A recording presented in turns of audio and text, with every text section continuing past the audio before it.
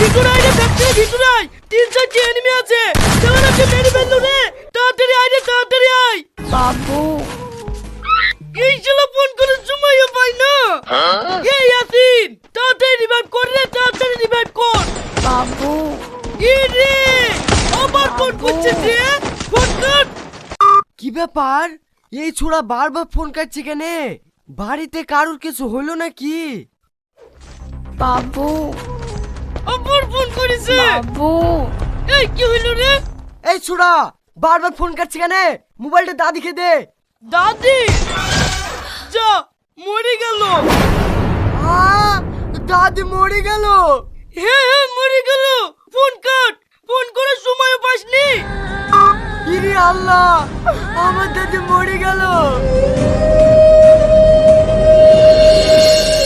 দাদি চলে গেল, তুমি ভালোভাবে থাকো। আর ভালো, শরীরের যে অবস্থা, ঘুরে এসে মনে হয় আমার তাজা মুখটা দেখতে পাবেনি। ওসব কথা বলো কেন গো দাদি? তুমি এখনো অনেক দিন বাঁচবা। আর আমি বাইরে থেকে বাড়ি আসার সময় তোমার লেগে একটা ভালো চাদর নিয়ে আসবো। ঠিক আছে লেলে আসিস, এই টাকাটা রাখ, টেনে কিছু কিনি খাস। আমার টাকা লাগবে না দাদি, তুমি এই বুড়ো বয়সে টাকা কোথায় পাও? তোমার শরীরের যা অবস্থা, তুমি আপেল টাপেল কিনে খায়ো। আমার শরীরের অবস্থা তোকে দেখতে হবে না, তোর মতো ছেলেকে এখনো কোলে করে লি বেড়াইতে পারি। লে ধর টাকা, ট্রেনে যেতে যেতে খাবি।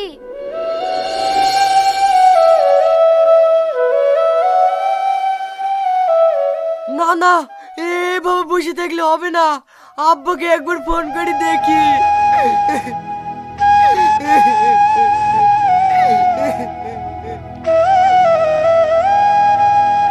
হ্যালো আব্বা, তুমি কোথায় আছো? এ দা মধু, ডাঙ্গা মাঠের জমিটায় সেচ দিতে এসছি। তোর গলাটা এরকম লাগছে কেন? কিছু হয়েছে নাকি? কেন আব্বা, তুমি জানো না নাকি দাদি মরে গেছে? এই মা কখন বললো রে?